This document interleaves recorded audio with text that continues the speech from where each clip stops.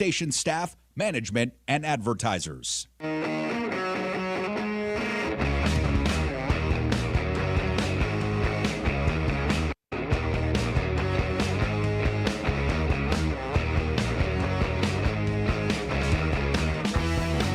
right, what's going on, everybody? Happy Monday. Hope everyone had a great weekend out there. Welcome, PTL Nation. Of course, the YouTube page at PTL Radio Show. We're on TikTok, we're on Twitch, we're everywhere. And we appreciate you being a part of the show, the Really American Network, of course, as well. Ryan Shedd's going to be joining us at the bottom of the hour. Popular left-leaning podcaster. Looking forward to catching up with him. Before I get to the serious news of the day, I did see a pretty good concert yesterday. Billy Idol and The Who. I mean, those guys are up there in age, man, and they put on a great show. So, you know, if I can't do a radio show in my 40s, there's no excuse, because they're up there playing for 2.5 hours, The Who. What a great show yesterday. Had a lot of fun, had a good weekend. Good, relaxing weekend, and now back at it, ready to go. And unfortunately, I have to cover what was, again, some very tragic news. More gun violence in this country, but guess what? It wasn't a liberal. It wasn't a radical leftist. It wasn't a minority.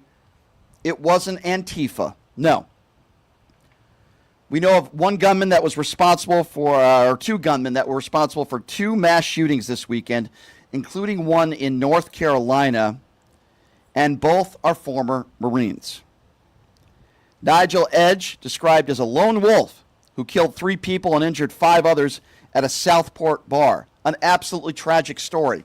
Again, a white man, fairly young white man, not a minority, not trans, not a radical leftist. And then we're hearing more about this guy, Tom Sanford, the man who was accused of shooting and fire at a church in Michigan where there were multiple casualties, and another tragic story. At least 4 people are confirmed dead at the Church of Jesus Christ of Latter-day Saints, and Sanford joined the Marines in 2004. Now, both of these shooters are white. Both of these shooters are not radical leftists. In fact, I'll take it a step further. Thomas Sanford had Trump signs in front of his home. Thomas Sanford is seen in multiple pictures with Trump shirts on. This was not a doctored picture. He was a Trump supporter. In fact, he retweeted Donald Trump on social media about, you know, voting and the 2020 election being stolen. He was a radical rightist, not leftist. But you see, you won't hear that from the media. You won't hear that from Fox News. You certainly won't hear that from Donald Trump and J.D. Vance. They immediately want to blame all the gun violence in this country on the radical left. You won't see a tweet from J.D. Vance blaming this one on the radical right. You won't see a press conference from Donald Trump blaming this on the radical right. So what is their excuse this time? There are still people on social media that are blaming the left for these shootings. I mean, it's insane. And the only reason why I am bringing this up, this man's political affiliation, who killed all those innocent people in this church, and my heart goes out to them and their families. The only reason why I'm bringing this up is because the right always blames the left for all the violence in this country. It could be political violence, it could be anything. But when one of their own does it, and make no mistake about it, this guy who killed all these innocent people in this church was not a leftist, as I said, not trans, not a minority. This was a white, middle-aged Trump supporter who served in the Marines. And then MAGA Republicans want to talk about mental illness. Well, then why do you take Medicaid and health care away from millions of Americans? It's such a disingenuous argument, and I'm sick of it. So this is what Gretchen Whitmer had to say in the press conference, saying that she spoke with President Trump yesterday about this horrific tragedy. This community is reeling right now, and I want you to know that the state of Michigan has your back. Your grief is our grief. I ordered flags lowered statewide, and I spoke with President Trump yesterday, who wanted to share his condolences. We will be here every step of the way and coordinate a full response with our local and federal partners. Folks here at the township, at every level, have been working closely together. Well, I'm glad they're working closely together, and I'm glad Donald Trump is putting out his condolences, but nothing will be done when it comes to gun control. Nothing will be done when it comes to mental illness. They will continue to blame the radical left for what has taken place in Michigan. I'm glad they had a conversation, but I don't think it's going to get anywhere. It is interesting, isn't it, that after a Democrat official and her husband were killed, brutally murdered in a political violence attack, Donald Trump didn't even bother to call Tim Walz. And then there is the excuses from the right, including that joke of a network that we call Newsmax, where they're asking Representative Dan Moosser about these attacks and mental health. Have a listen to this exchange. Obviously, the tragedy in Michigan yesterday at the Mormon church. This is not the first. We've seen a lot of churches attacked here recently. I know Democrats will go for guns, but is this time we got to talk about mental health? Without a doubt, without a doubt. But as we were just talking about, if people are comparing Republicans and the president to Hitler, to fascists, okay, there are those that are mentally unstable out there that believe some of them. 2 days ago, Kamala Harris said, we got to fight fire with fire. We have a district attorney in Philadelphia who calls all Republicans, anyone who doesn't agree with him, fascist. The guy's nuts. He was paid for by Soros, and he needs to be taken out. But some people taken out as in election. Right. But some people believe these rants by leaders. And you know what, Mark? They're not calling them out when the things happen. They're truly not coming out and saying, we denounce this. We denounce the hate speak. We denounce, certainly, the violence. Yep.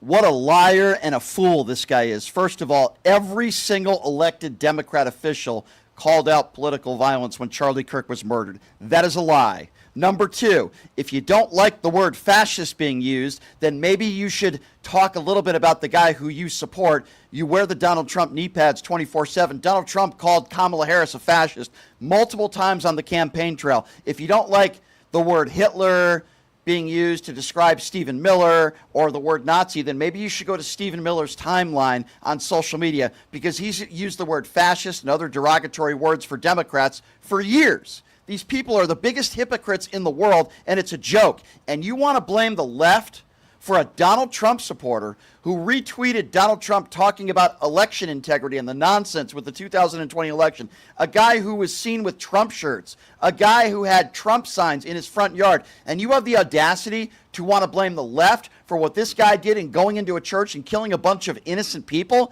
The audacity of these MAGA buffoons. That's what they are. These hypocrisy MAGA buffoons who will never talk about gun violence. They'll never talk about the fact 15 million plus people are going to be losing their health care and their Medicaid, but they don't want to talk about any of that stuff. Oh, let's do something about the mental health issue, you stupid idiots. Then why are you supporting a bill where over 15 million Americans are going to lose their health care coverage? It is ridiculous. And listen to what Mark Harris, another right-wing buffoon, said on the Southport shooting when it comes to policy. Have a listen to this. I mean, obviously, authorities have a suspect in custody, but not before the drive-by style attack from a boat. And unfortunately, this is another case of a suspect being known locally for all the wrong reasons. And it seems like these liberal soft on crime policies we're seeing in so many cities, it's really starting to obviously show its ugly face and what it leads to in time after time after time. Mark, I think you're exactly right. Thank you for having me on this morning to talk for a few minutes about this. And this is exactly what our House subcommittee from the Judiciary Committee is coming to Charlotte to do. And that is to have an opportunity to hear, in many cases, from victims of crime, to hear from law enforcement as well that have been a part of this, and just see what we need to bring to light, because this is not something that the American people are going to tolerate. And I'm grateful that these things are coming to light and that we have an opportunity to shine that light on it today in Charlotte, and let the people of North Carolina and the people across the country recognize that these soft on crime policies are absolutely disastrous, and it's time for us to step up and correct course. Congressman, the suspect, Nile Edge, he was a decorated Marine with a Purple Heart. And sadly, the suspect in the Michigan attack was also a veteran. You know, America already has a problem with escalating political violence. But do you see that it's also becoming a case when it comes to our veterans and their mental health? Well, I think that, again, there's a lot of details yet to come out on these particular individuals. What we saw in Charlotte, obviously there's a mental health piece to it, but the real breakdown that took place in Charlotte is the fact that here was an individual that had been arrested 14 times, that spent 5 years in prison for a violent crime, and yet when sitting before a magistrate released this individual back out onto the streets. And we just can no longer tolerate these kind of policies and these kind of breakdowns. And we've got to restore confidence in the American people in our justice system and make sure that they understand that criminals are going to be incarcerated and not left on our streets to roam to do incredibly violent acts like we saw happen to Irina Zarutska. Okay, so first of all, to this right-wing MAGA buffoon, Southport is predominantly a Republican area, okay? A bunch of Republicans there, not Democrat policy. That's number one. Number two, you want to talk about mental illness, but yet you vote for the big and beautiful bill that takes health care away from millions of Americans. These people are such morons. And do you notice in this guy's empty words, he has literally no solutions. Blame the left. We're not strong enough on law. Oh, really? You want to put some laws on the books? Why are you making it so easy for mentally ill people to get their hands on guns? You want to talk about policy? Why do you think an 18-year-old should be allowed to walk into a gun store with no training, no mental check, nothing, and he can buy a bunch of AR-15s and thousands of rounds of ammunition? What do you have to say about that if you want to talk about policy? Oh, you want to talk about stricter gun laws? Well, which is the party that is trying to do that, and which is the party that brags about their A-plus rating from the NRA? These right-wing morons, I am so sick of it. They all have blood on their hands. And by the way, this is an attack on Christianity as much as this is an attack on innocent human beings, whether it happens in a church or a mall. Every time we have a shooting in a school, is it an attack on our children? No, not necessarily. It's mentally deranged people that want to kill innocent people. That's what it comes down to, whether it's a church, whether it's a synagogue. And it's funny, after the synagogue shooting in Pittsburgh, I didn't hear everybody in this country saying this is an attack on Judaism. No, it's an attack on innocent people from deranged, mentally ill people that have too much easy access to guns. That's what it is. It could be a church, it could be a school, it could be a mall, it could be anything. But they want to focus, these MAGA evangelical a-holes want to focus on, this is an attack on Christianity. No, all the gun violence in this country is an attack on America. And you dumbbells won't do anything about it because you care more about your A-plus rating from the NRA. And I'm sick of it. But let's talk about drag queens, right? Let's talk about banning books. God forbid a Bud Light commercial has a transgender on there. They care more about these issues than innocent people dying. And they'll say thoughts and prayers. They actually have the audacity, these right-wing bigots actually have the audacity after a shooting in a church to tell people to pray when these people are getting gunned down while they're praying. It's enough with the praying already, okay? You want to talk about policy? Why don't you right-wing idiots do something about it? No, you care more about your A-plus rating from the NRA. This has been a problem in this country for a very long time, and it's only getting worse. And I also add these two shooters, not undocumented immigrants, not migrants, not transgender, not brown people, and not radical leftists. And then we move on to Caroline, the lying bitch, Levitt. Yes, that's right, ladies and gentlemen, because that's all she does. She puts on that cross over her neck, calls herself a good, wholesome Christian, and spews garbage and lies every single day. And this is another example. Listen to what Caroline Levitt said about the Michigan shooting. She didn't blame it on the radical right, even though we know this was a Trump supporter. No. She didn't blame it on any of the rhetoric from the right, even though we know that this shooter actually retweeted stuff from Donald Trump talking about election interference and conspiracy theories. But this is what Caroline Levitt had to say about this Michigan shooting. The FBI director tell you about the shooter? What do we know? What we know at this point in time is that he was a member of this Michigan community, that he is a veteran of our United States Armed Forces. He served in the United States Marine Corps in Iraq.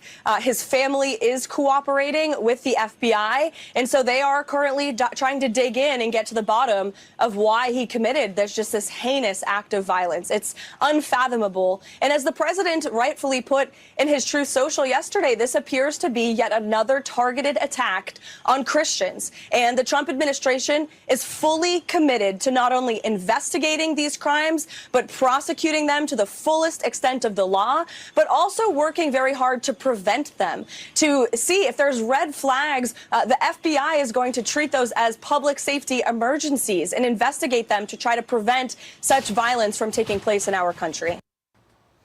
Interesting.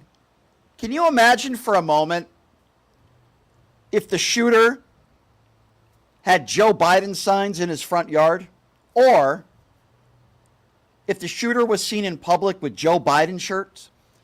I guarantee you Caroline Leavitt would be the first person to blame this on the radical left and a radical leftist. Interesting. You didn't hear anything from Caroline Leavitt blaming it on the right. You didn't hear anything from Caroline Leavitt blaming it on the radical right.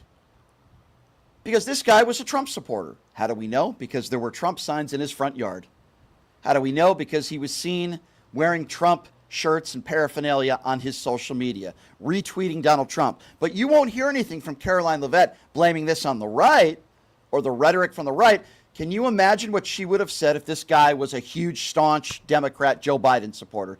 She would have only blamed it on the radical left. So would Donald Trump. But they don't seem to be doing that here. Geez, I wonder why. I wonder why that is. And now here's Caroline Leavitt bragging about what the great job that they did in prosecuting people to the fullest extent of the law, like in the Charlie Kirk murder. Folks, it just gets worse and worse and worse. Have a listen to this. And they are trying to understand more about this, how premeditated it was, how much planning went into it, whether he left a note. All of those questions have yet to be answered, but certainly will be answered by the FBI. I think the American people in your audience can be assured. Look at the great work that the FBI did in light of, or in the hours and days following the assassination, on Charlie Kirk's life. That was a successful investigation, and that investigation continues. And that assassin was, of course, being held accountable in the court of law now. Oh, really? Well, why is he being held accountable? What did you guys do? What did Kash Patel do? Well, first of all, you arrested the wrong person. Second of all, Kash Patel said he had a person of interest in custody, and then an hour later let that person go. The only reason why this guy Robinson is behind bars right now, it's not because of Kash Patel. It's not because of the Trump administration. It's not because of the DOJ. It's because his own father and boyfriend turned him in. This was not a successful investigation. You guys screwed up from the beginning, and the only reason why you caught the guy is because his father gave him to you. That's the only reason. Caroline the lying bitch Leavitt doing it again. And this is so interesting because then Caroline Leavitt goes into food assistance programs. She claims Democrats seem to care so much about food assistance. And yet she forgets the fact that the big and beautiful bill is the reason why billions of dollars are being taken away from food assistance from so many Americans around this country that desperately need it. Because the overwhelming majority of the American public wants to keep the government open. I mean, it's not even close. Democrats and Republicans, independents across the country want the government funded because they want our military and our troops to be paid. They want TSA agents and Border Patrol to be paid. They want food assistance programs for women and children in impoverished communities to continue going out the door. All of that will come to an end if Democrats vote against this clean CR that Republicans are proposing. And might I just add, Chuck Schumer and Hakeem Jeffries are on the record multiple times in their past political lives, stating that they too believe a government shutdown is bad. In fact, I quote, Chuck Schumer just last year in 2024 said a shutdown would mean chaos and pain and needless heartache for the American people. Well, we hope that Chuck Schumer and the Democrats won't cause chaos and pain and heartache. We want our country to continue to be funded. We want our government to be open so we can continue doing the business of the American people. Really? Is that so? Tell me what that big and beautiful bill does again for people that are on food stamps. Tell me what that big and beautiful bill does for people that are on Medicaid. You're telling me that Republicans are the party that do not want chaos when Donald Trump thrives on chaos? We see it every single day. But you're saying the Democrats are the ones that are causing chaos? What would you call January 6th? Was that chaos? Who incited that? But she wants to preach to us that the Democrats are the ones that are causing chaos. Is this for real? Is this for real? Caroline, the lying bitch Livette, and trust me, there's a lot of other choice words I could use to describe her because she is an utterly despicable human being. She's reprehensible. She's disgusting. But yet, she's the one who wears that cross and lies to the American people every single day. Speaking of lying, let's talk a little bit about Mike Johnson, the House Speaker. And he is asked by Jake Tapper on CNN if he thinks it's acceptable for a president to instruct his attorney general to prosecute political opponents, because we know that's exactly what Donald Trump is doing. Have a listen to this exchange between Jake Tapper and Mike Johnson, lying, continues to preach about God and Christianity, but lying to the American people because he knows what Donald Trump is doing is inappropriate. Have a listen to this exchange.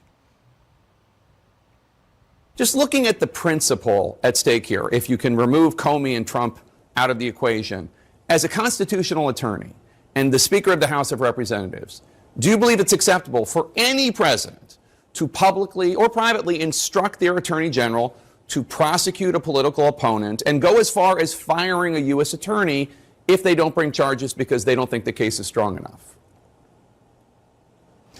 I'm glad you brought up the principle. That is exactly what's at issue here. James Comey lied to Congress. Okay, he took an oath. He said things to Congress that were simply not true. It's called perjury. A grand jury that is not, a nonpartisan, non-biased grand jury that was assembled looked at the charges and they agreed, they voted to bring an indictment of James Comey. Not President Trump, not the DOJ, but a grand jury. That's how our system works. It's a very important principle for us to apply that everybody has to subscribe to the law, even a former FBI director. And he has lots to answer for. There are many things that he could have been indicted for, but the statute of limitations ran out on so many of those matters.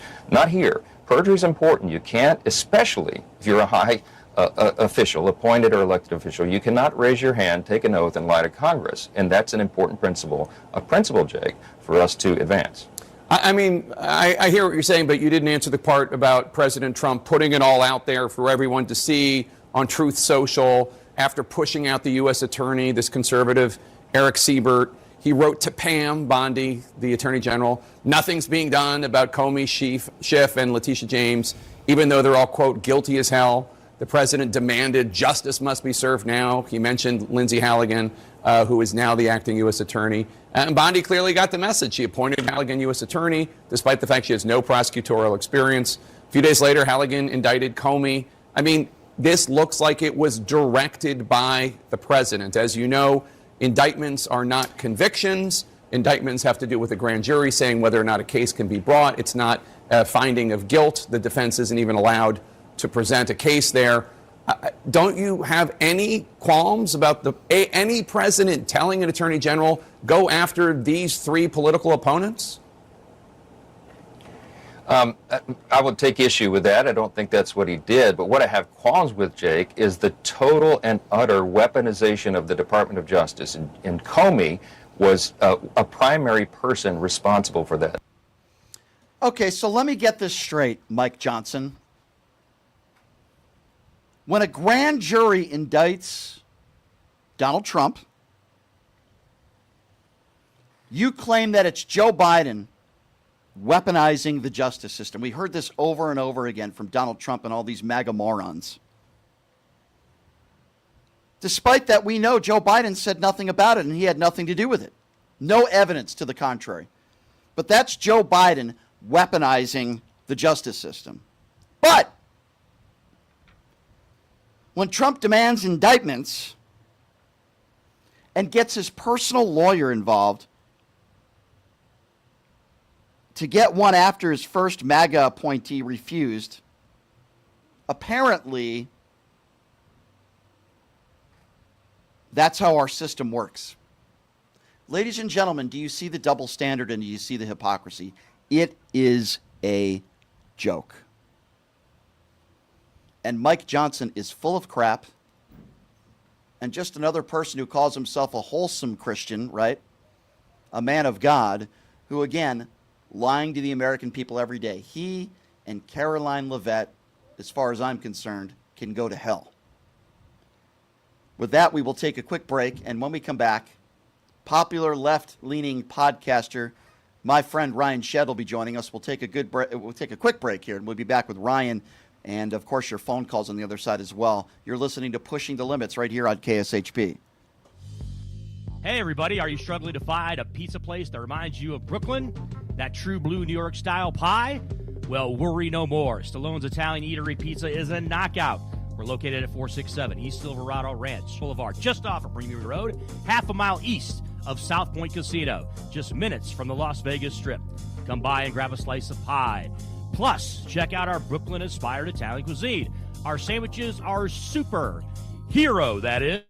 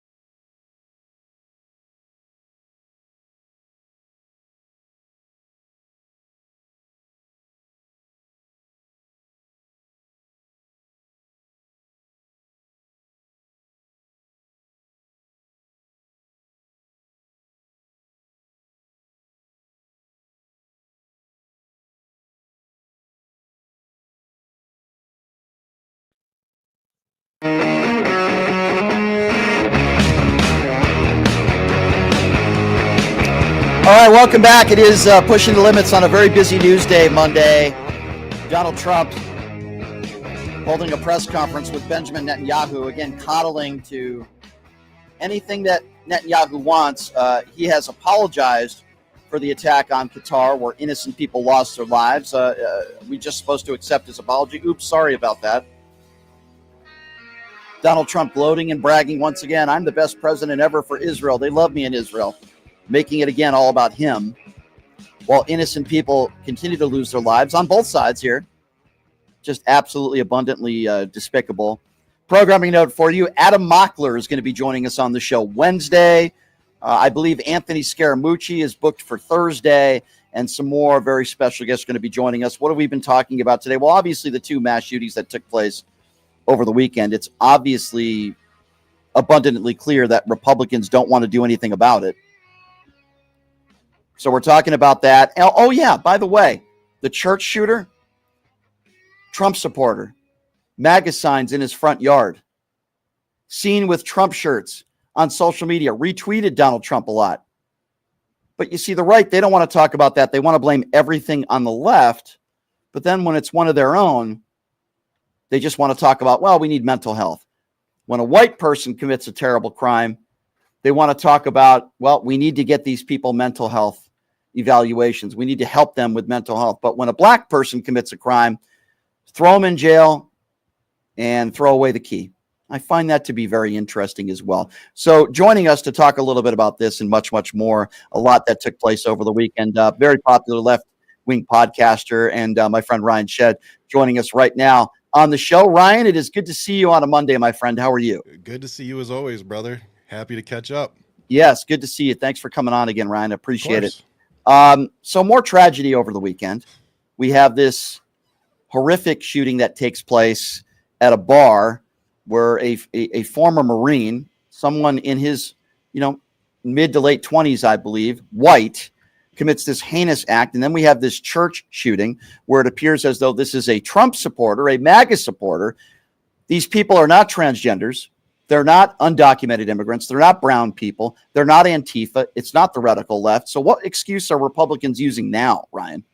Well, they're definitely sticking to the transgender excuse, which is always interesting to me because honestly, what you just said, I think we had about half the number of what they claim to be transgender shooters just this weekend alone. Like you said, it's usually men that look like us, middle-aged, bearded, white, just name it. They look like us. They're not the other people. And the one that really should stick to us is the one that happened in a church, because I think it's even more nefarious than people are realizing right now, which is, yes, he was a Trump supporter. Yes, he had flags hanging off the back of his big old pickup truck. But also, why did he go after a Mormon church? We look back just a few weeks, and Charlie Kirk we all know what happened to him, and it was in Utah, and it happened from a kid who supposedly came from a Mormon family. So it's like, I think that those dots are starting to connect a little bit too. Was this some kind of retribution? What was the message here? That's what I want to know is we keep seeing that it is right-wing people doing this. The government got rid of a report that literally confirmed this. So what is the intention here? What's the message? I'm missing it. What do you think? Yeah, it's very interesting. You make a very good point there, but from what I've been hearing from the Caroline Levetts and other right-wing fools on social media and on television is they're starting now to talk about mental health again. So when one of their own does this, and when I say one of their own, I mean, this church shooter was obviously a Trump supporter. They want to talk about mental health. Yeah. But when it's a brown person or an undocumented immigrant, for example, or even somebody that might be on the left, all they want to talk about is blaming the ideology. Right, the ideology, exactly, and the radical left. But one of their own does it. You think they'll be talking about that? Can you imagine, Ryan, for a moment, if this was a Joe Biden supporter who did this at a church, who's somebody who had Joe Biden shirts on social media, who retweeted Joe Biden, who had Joe Biden signs in their front yard, all they'd be doing is blaming the radical left. Yes. But they're not doing it here. No, they're blaming a disease that I happen to live with every day. I'm bipolar. I've shared that with you, and I share it online. This is very dangerous to people like us because Robert F. Kennedy Jr. is out here trying to weaponize SSRIs and act like the medication isn't saving lives. It is. That's a discussion we can go deeper down a rabbit hole some other time.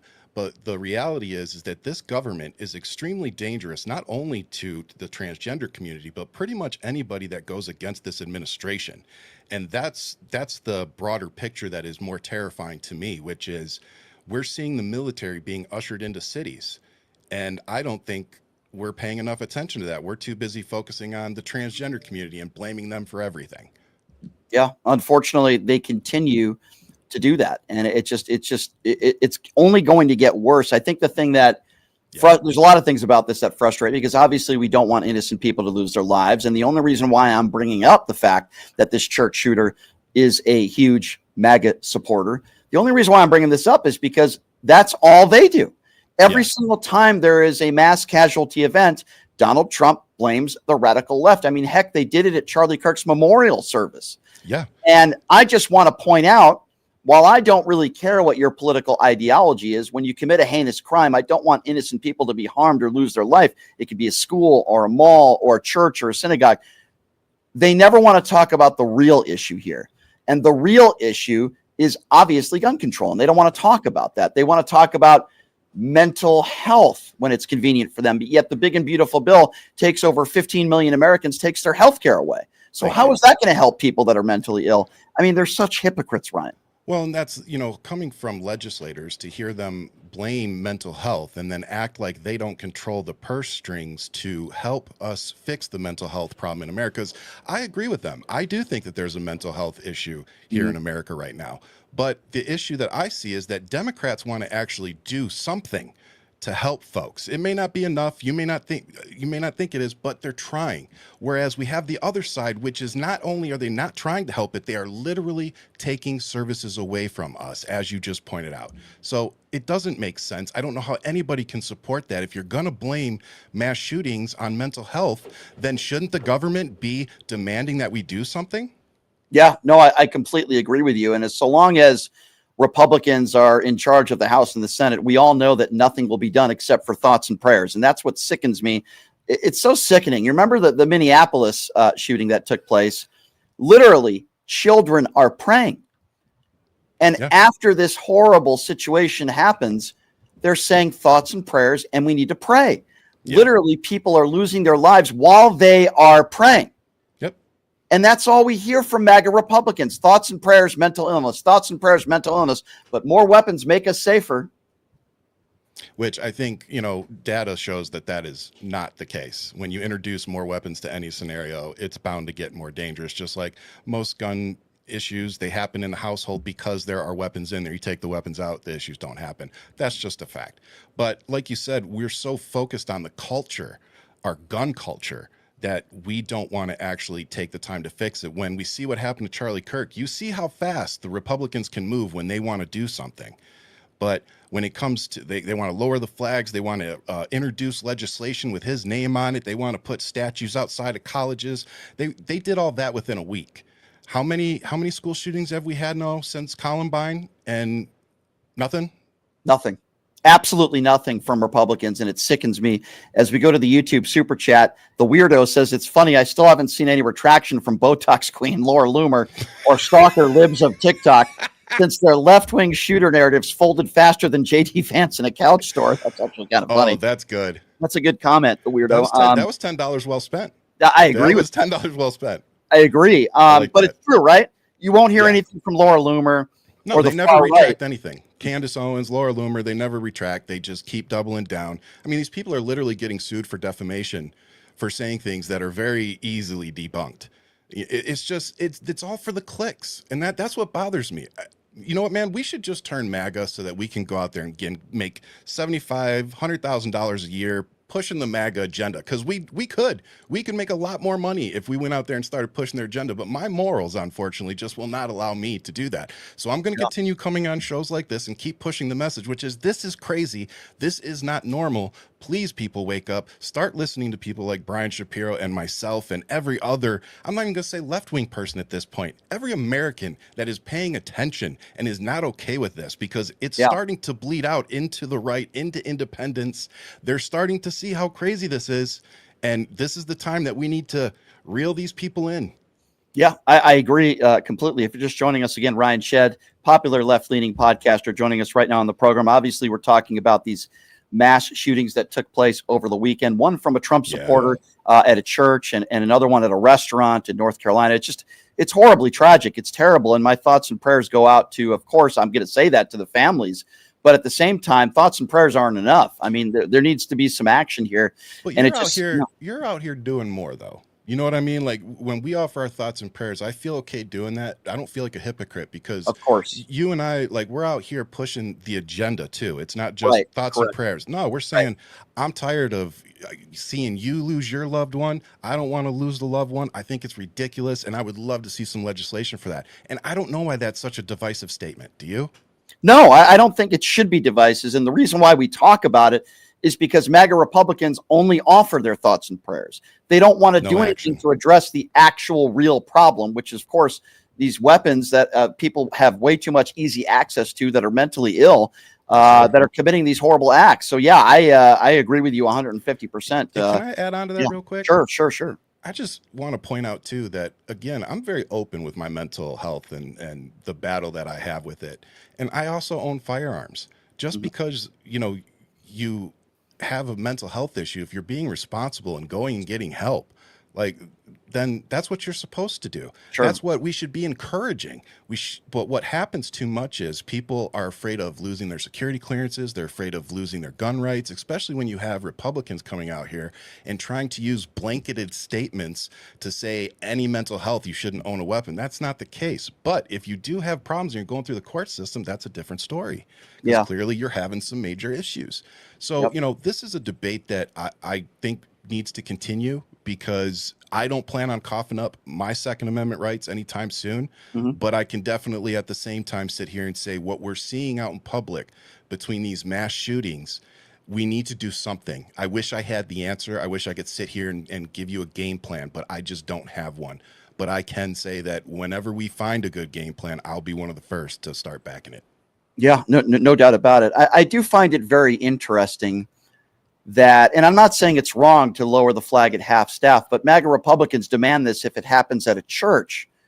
But yet, when we see school shootings, for example, I don't hear MAGA Republicans talking about lowering the flag at half staff after Charlie Kirk gets brutally murdered. And we can both agree that was a horrible thing that happened. We wish it didn't happen.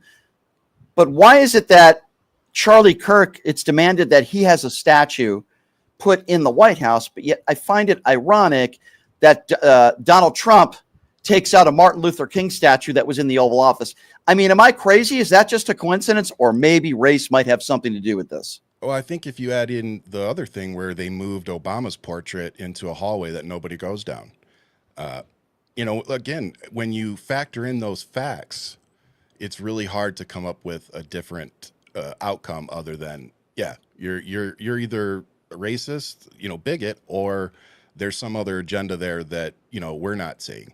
But look, we said that this was probably going to be bad. We saw how they martyred, Ashley Babbitt, and she was actually doing something wrong.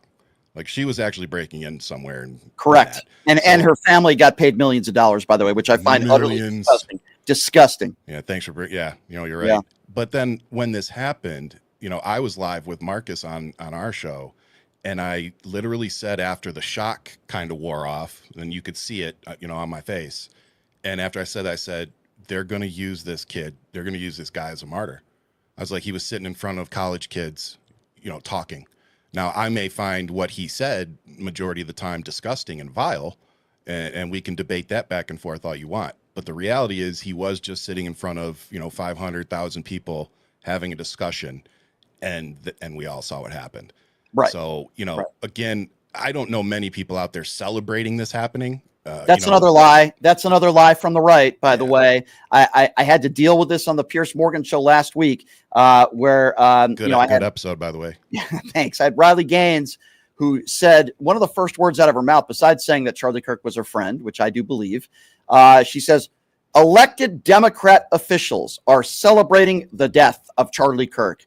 I immediately interrupted and I said, you are lying. And she couldn't name me one Democrat. There is a difference between not wanting to celebrate somebody's life, which I refuse to do, and celebrating the loss of somebody's life and the murder. Now, not one elected official on the left was celebrating. Now, some people like me might have been saying, listen, he wasn't a good guy. I'm not going to celebrate his life. I think he said a lot of bad things. He didn't deserve this. I call out political violence. Are they that stupid, Ryan? I guess that's my question, that they don't understand the difference between celebrating somebody's death, which no elected official was doing, and not celebrating somebody's life. Yeah, they don't know the difference between celebrating and indifference. Those are the two words I threw around a lot. I'm like, look, I'm not going to sit here and become a hypocrite that I talk about all the time on my show. Like I said, I criticized Charlie Kirk a lot. Like, I really didn't find many things I liked about him that I found redeemable. But like you said, and like I've been saying since it happened, I didn't celebrate it happening. I was freaking shocked. You can see my live reaction on the show. Yeah. And I'm not going to sit here and condone it happening, because it could be you, it could be me, it could be Marcus, it could be anybody in my life. Right. That's the next victim. And that's what I'm thinking about. 2 kids lost their dad, and they don't deserve it no matter what their dad said. Absolutely. So I think that, I think the way his wife is responding is a little odd, but everybody grieves in their own way.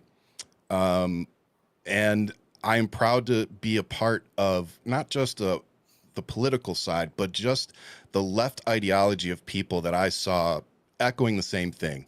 I did not see a lot of people saying, oh, this is great, that should have happened. I saw a lot of people saying this should not be happening in America. That said, his words definitely didn't help. No, I certainly agree with that. We agree fundamentally. It shouldn't have happened. It was horrible.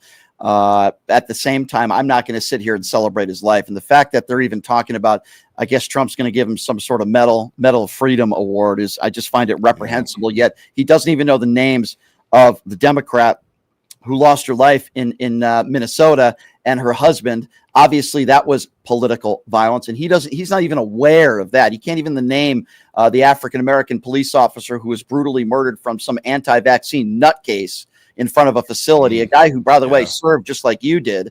But yet, when it comes to somebody like Charlie Kirk, if you coddle Donald Trump, but even Donald Trump is a weirdo. I mean, that's what started the whole Jimmy Kimmel thing, where he's asked about, hey, how are you holding up after the loss of your friend? All he says is, I'm fine. And then he starts talking about this ballroom. Yeah, I mean, he did the same thing with Benjamin Netanyahu earlier today as I was watching part of the press conference. Nobody's done more for Israel than me. The people in Israel, they love me. I don't know why, but they love me. And he goes on and on talking about himself. Again, it's just really disheartening to see. We've watched the president now basically end up where Democrats have always been in Ukraine, which is now he's telling Russia to give Ukraine back their land and just leave, which is pretty much what we've all been saying. And so, look, I don't understand how this guy still has support. I can definitely understand why they needed to latch on to Charlie Kirk and try to whitewash his legacy the way they have, because it's going to, I've said this before and I'll say it again, I think that the attempt on Donald Trump's life helped him get reelected. And I think that they are going to use this in the same way. And I think that as much as we like to stop talking about this guy, we're going to be talking about him all the way up until at least midterms, if not 2028. Unfortunately, Ryan, I agree with you. He's not going anywhere. And the MAGA push isn't going anywhere either. That's why the midterms are so important. And obviously the 2028 election, and we'll see what happens from there on out. But you're right. I mean, bring up one more thing before you kick me out. Absolutely. And by the way, I love answering the questions. I would love to be on here answering some more of those comments. But I also want to challenge everybody to also see what's been going on with one of our representatives here in Arizona. She was just elected after her father passed away to fill her seat. And Mike Johnson is refusing to swear her in. So one of the main reasons that he is reportedly refusing to swear her in had been that she would be a vote that would basically mean that the Epstein files would be released. Right. So there's definitely an agenda for not swearing her in. So Rep. Grijalda here in Arizona, show her a little support, because they're definitely making her go through it just trying to get sworn in. So Absolutely. No, I agree with you. Ryan, before I do let you go, or as you said, kick you out. I'd stay here all of 2 hours with you, man. No, I know. Well, I'm going to get you in studio to do that with me when you're in town coming up. Yeah, that'll be a lot of fun. Give out that social media information. You do 2 great podcasts. Give out that information as well. Yes, sir. So you can check us out. With all due respect, I co-host with Marcus Flowers from Georgia. That's a really good show. We have a great guest coming on this Wednesday. We go on at noon Pacific, 3 o'clock Eastern. I also have Hold the Mic that you can download, which is a show I do with one of my high school best friends. And then please go follow us on YouTube, which you can find at my name, Ryan Shedd, Shead. Go follow us, catch all the shows, catch the shorts, all that. But as always, to you and the team, thanks for having me on, and appreciate y'all. Of course, Ryan, appreciate you as well, my friend. Have a good week, and we will catch up with you next week, and appreciate the time. You look good in blue, by the way. Thank you. I'll talk to you later, brother. All right, take care, man. Ryan Shedd, everybody, good friend, great guy, does a really awesome job. And I appreciate him taking the time to join us. So what have we been talking about today? Well, if you've just joining the program, you've missed a lot. We just had Ryan Shedd on. We're kind of breaking down these 2 mass shootings that took place, 2 white men. As far as the church shooter goes, we know that he was a Trump supporter. We know that he had Trump signs in his front yard. Why am I bringing that up? Because right-wingers out there always constantly want to blame the left, including Donald Trump and J.D. Vance all the way down. They lie and they gaslight, and they claim that it's the radical left that's causing all this political violence. Well, not the case. Certainly not the case over the weekend. And Caroline Leavitt lying again. Mike Johnson lying again. Donald Trump coddling to Benjamin Netanyahu. Listen, I am pro-Israel. What do I mean by that? It means that I want people in Israel, just like people in Palestine, I want people in Israel to be safe, to feel safe, and I don't want innocent people to lose their lives. And Hamas is despicable, obviously a terrorist organization.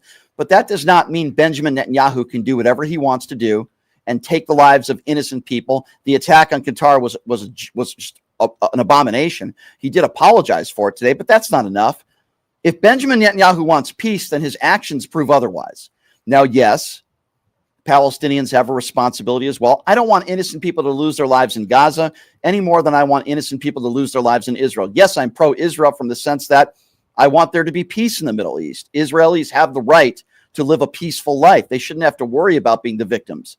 Neither should Palestinians in Gaza. So I think it goes both ways. But Donald Trump will continue to coddle Benjamin Netanyahu because Benjamin Netanyahu always seems to praise Donald Trump.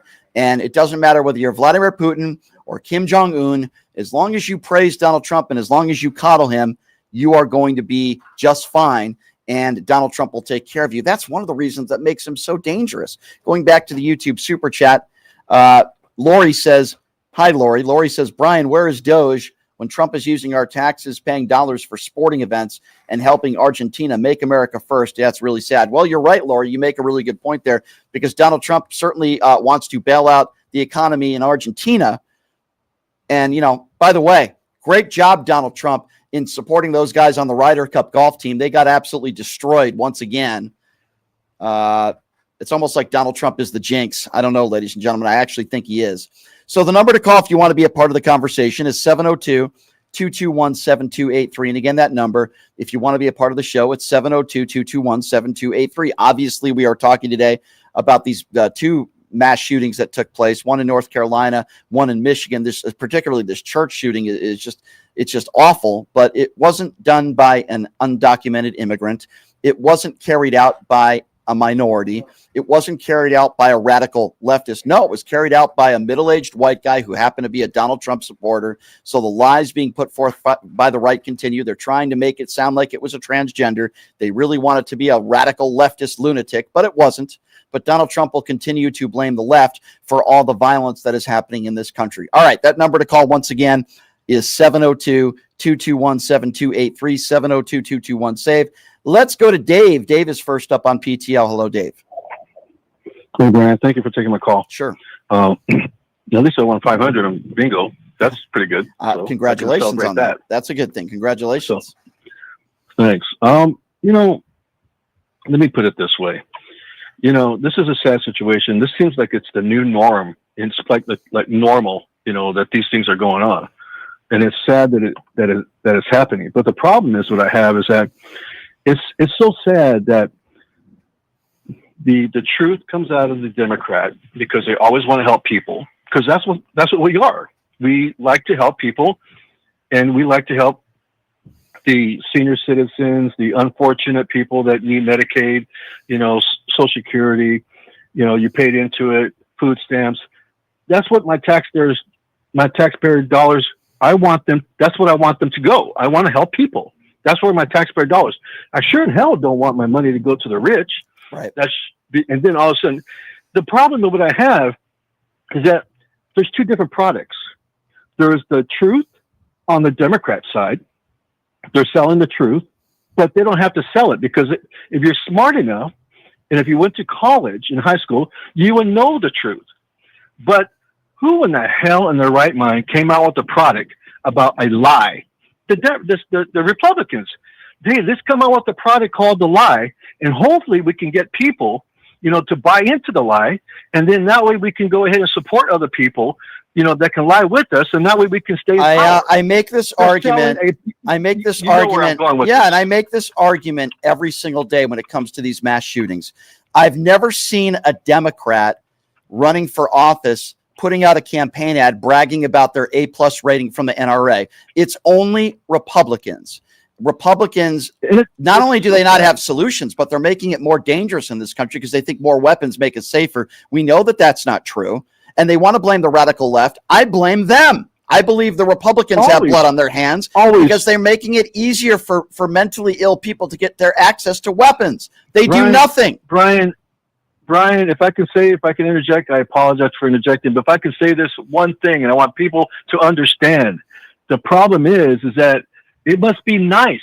It must be nice to get paid to lie, because that's what they're doing. They're getting paid to lie, just like Fox News, just like the NRA, just like all these other people on social media. They want people to support them because only the people that are stupid. Please, people. It seems like college and high school, they don't teach jack crap in high school, because it seems like for some reason or another, they still are stupid when they get out of high school, and get out of college. That's true. I think Lauren Boebert. Don't take my taxpayer dollars. Don't waste my taxpayer dollars if you're going to be stupid or college. That's true. I mean, Lauren Boebert, GED Lauren Boebert, is a perfect example of that. Dave, thanks for the call, man. I really appreciate it. Every single time we have to talk about one of these mass shootings, and it breaks my heart because innocent people continue to lose their lives in this country. We have more weapons in this country than people. We also have more violence from these weapons than almost any other country in the world. Yet Republicans, it's either thoughts and prayers. Let's do something about mental health. If they want to bring up the mental health topic, then why do you guys vote for the big and beautiful bill that takes health care away from millions of Americans, many of whom suffer from mental health issues? You think that's going to make them better when you take their health care away? I am so sick and tired of that argument from Republicans. Obviously, if you're willing to take an innocent person's life, mentally you're deranged, there's something wrong with you. That goes without saying. But that is not going to help us when Republicans say, we need to do something about mental health. We need to do something about mental health. When you take health care away from Americans, over 15 million people, I repeat, are going to lose their Medicaid because of this big and beautiful bill. So if you really do care about those that are mentally ill and you don't want innocent people to lose their lives, then maybe you shouldn't vote for a bill that takes health care away from millions of Americans, you dopes. 702-221-7283 is the number to call if you want to be a part of the conversation. Let's go to Stephanie. Stephanie is next up on PTL. Hi, Stephanie. Hey, Brian. How are you? Good. What's on your mind? Good. I couldn't agree with you more. And as you were talking about the Medicare being cut for millions of Americans, we can absolutely look at all of the money that's been cut from the veterans and all the care that they're losing and all the money they're pulling from that. And I think it's like 26% of mass shootings are actually committed by, military people. And True. I'm not trying to say, I'm not trying to say correlation is causation, but there is definitely a mentality, PTSD. right? When you're in the military. Yeah. Well, also in the military, you're sort of built up to be broken down to sort of accept things. And I think when you leave, you're also more vulnerable to, radicalization and certain ideas, right? That could cause you to do things, even if you wouldn't normally do them. Yeah, that's true. And I don't know how you feel about this, but the right and Caroline Levetts of the world are saying This is an attack on Christianity.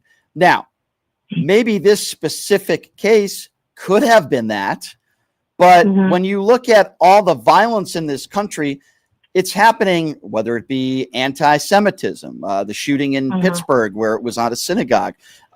There's all different forms of violence. And instead of making the case that this is just an attack on Christianity, what about go to the root cause of the issue, which is mentally ill people that are getting their hands on these weapons way too easily?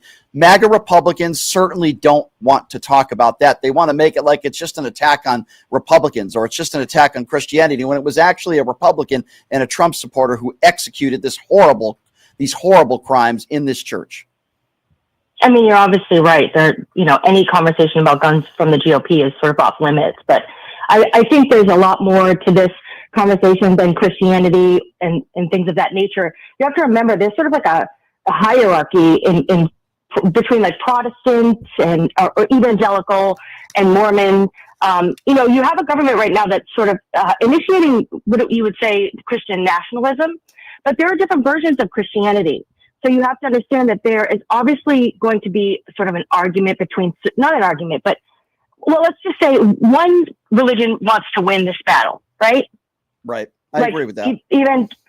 So I think it's more complicated than even that. But I couldn't even begin to explain it. I'm not an expert. Yeah, no way. Woman, but listen, out there. Go ahead. I was just going to say, in no way am I making it sound like this is an easy issue and we can conquer all and there'll be no more of this violence if we pass this law or that law. No, I'm not saying that. You're not saying that. Democrats aren't saying that. What we are saying is there are things we can do as a country to lower the violence. Raise the age from 18 to 21. Make sure there's mandatory training on how to use a weapon. Treat these weapons like a vehicle and that you have to re-register it and that you have to get a health check, eyesight, you name it. I understand that driving a car is a privilege. I also understand that owning a weapon, you have that Second Amendment right to do so, but it doesn't mean we shouldn't be a little bit more careful and making sure these weapons don't get in the hands of the wrong people. But MAGA Republicans don't seem to care. After a mass shooting, it's always thoughts and prayers, thoughts and prayers, thoughts and prayers with no answers. Oh, now's not the time to talk about this. Let's not make it political. Well, when is the right time to talk about it? How many innocent children need to lose their lives? How many innocent people need to lose their lives that are praying before Republicans finally do something about it? They never will, because they care more about their own self-interest and remaining in power than innocent children being gunned down in schools. What does that tell you about the Republican Party today when they show up in Washington, D.C. with these AR-15 pins? It's despicable and it's disgusting. And I'm getting sick and tired of it every single time an innocent person or persons lose their lives.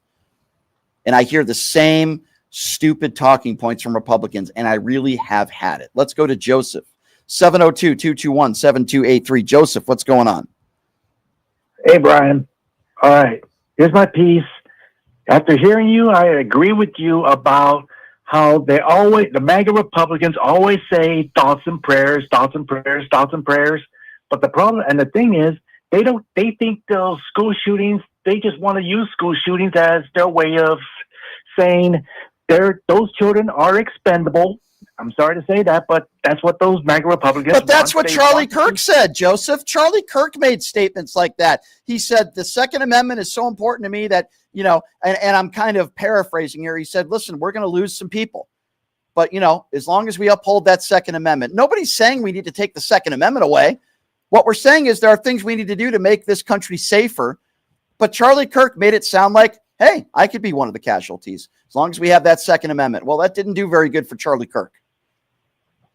I agree on that too, because that's the problem. Like I say, all I'm saying is that all these MAGA Republicans are doing is they're letting those active shooters and mass shooters put their money into the hands of the criminals in the National Rifle Association, and it's going to make every single person like you and me and everybody else to deal with these kind of people. I mean, I always seen those mass shooters. I mean, it's pathetic. It's terrible, pathetic. And that's the thing about MAGA Republicans is they don't trust God. They suffer from their own twisted versions of Christianity. They think they understood the dogma, but not the faith. Yeah, I agree with you. And, Listen, Joseph, I appreciate the call. It breaks my heart. I can't imagine being in a church or any religious sanctuary, and the last moments of your life are there as somebody who I presume you don't know takes your life. And in the last moments of your life, you're praying to God. And I'm really getting sick of people saying, well, our prayers with the family, we need to pray. You know, the Mike Johnsons of the world, prayer. Prayer didn't save those innocent children losing their life in that Minnesota school shooting. And prayer didn't save some of those people that were in church praying, might I add, over the weekend in Michigan. I am disgusted. I'm angry. I'm saddened. But I have no faith in elected officials on the right that really, truly want to solve this problem and do something about it, because they don't. They don't. And when you talk to some of these Republicans, they'll talk about black on black crime and they'll always bring up Chicago. Let me be very clear on this. I do not care what the color of your skin is. I don't want innocent people to lose their lives. I don't care if you're a Republican. I don't care if you're a Democrat. I don't care what color you are in the crayon box. But if you notice, MAGA Republicans will only bring up black on black crime. What about white on white crime? Let me ask all of you a question. After Charlie Kirk was murdered, did you hear any MAGA Republicans calling it white on white crime? Why is it when a black person commits a crime, they always want to focus on the color of their skin and they call it black on black crime? Let's get those troops out there to Chicago. But when a white person does it to a white person, MAGA Republicans want to talk about mental health. But if a black person commits a crime, they want to call them animals and thugs and use dog whistles. Ladies and gentlemen, what I'm trying to tell you is that is not a coincidence. MAGA Republicans will make it sound like undocumented immigrants and brown people are going to kidnap your children and murder you. But yet, so many times when we see these types of shootings take place, it's usually a middle-aged or young white person. They don't want to face the reality there. And quite frankly, I'm getting sick and tired of it. The lies from the far right continue. This is not the radical left that caused this deranged person to take innocent lives in a church. This was not the left that caused this deranged person to go to a restaurant and shoot up a bunch of people. This was not the radical left's fault. Let's go to Patrick. Patrick is next up on PTL. Hello, Patrick. How you doing, B? What's up? Also known as Uncle Fatty on YouTube. You know, I've got a thought about what one of the previous callers just said here. You know, the founding fathers were Christian men, and they chose to be deists for a reason. There was 8 different types of Christianity at that table. Okay. If they would have chosen just one, which one would they have chosen? So that was their whole dilemma. That was their whole, thing with the Federalist Papers and trying to figure out why we need to have religion not blended in. Well, the Republicans struggle to separation of church and state. And I also want to remind everybody, when our forefathers were putting everything together, they had something called muskets. Okay. The weaponry that is used now is very, very different, but they also said well-regulated militia. This is not a well-regulated militia. There's nobody that can tell me that this is a well-regulated militia when you look at all the innocent people that are losing their lives every day. And what happened over the weekend, I'm sure you would agree, is horrible. What happened to Charlie Kirk is horrible. What's happening to our children in schools is horrible. Any innocent person, I don't care whether it's Chicago, Vegas, school, mall, political event, it's all terrible. I denounce all of it. But the problem is MAGA Republicans literally have no solutions. In fact, it's even worse than that. They're making the situation worse. So I'll give you an analogy and you can tell me whether you agree or not. Let's just say you have a friend of yours that eats really bad. He's overweight and his health isn't really good. And he knows what he should do, eat better and exercise. But one of his friends tells him, you should have McDonald's more. You should lie on the couch more. That's what MAGA Republicans are doing when it comes to all the violence in this country with weapons. They're making it worse instead of better. They're delivering the McRibs, bro. Yeah. I mean, yeah, they're delivering the Big Macs, really. Yeah. Yeah. But the cult mentality is much like addiction.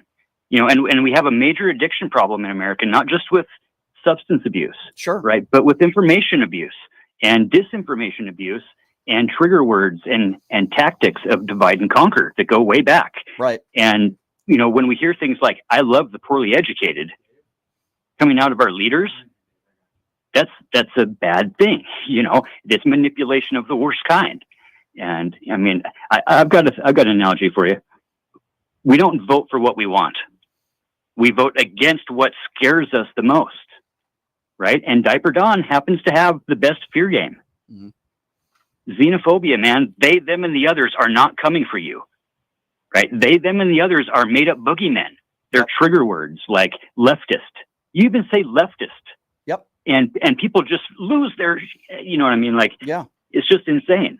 And it is insane. The addict never sees the addiction when they're in it.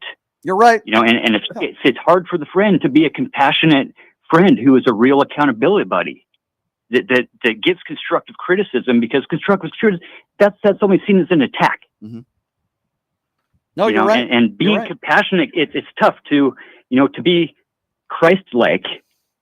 And to let me tell you something. That's a bunch of nonsense. These J.D. Vances of the world and those on the far right, the evangelicals out there, they hide behind their religion and they think that makes up for their bigotry, whether they're anti-gay, anti-minority, anti-immigrant, anti-drag queen, anti-trans.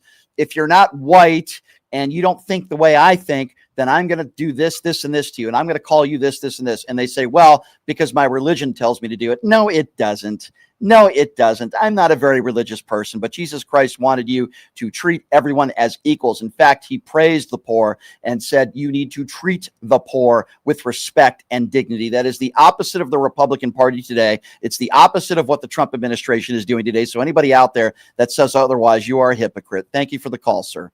Let's go to Dave. Dave is next up on PTL. Hello, Dave. Hey, Brian. How you doing, man? Good. Hey, I got to say, man, I love you, everything you do and everything. Be careful out there.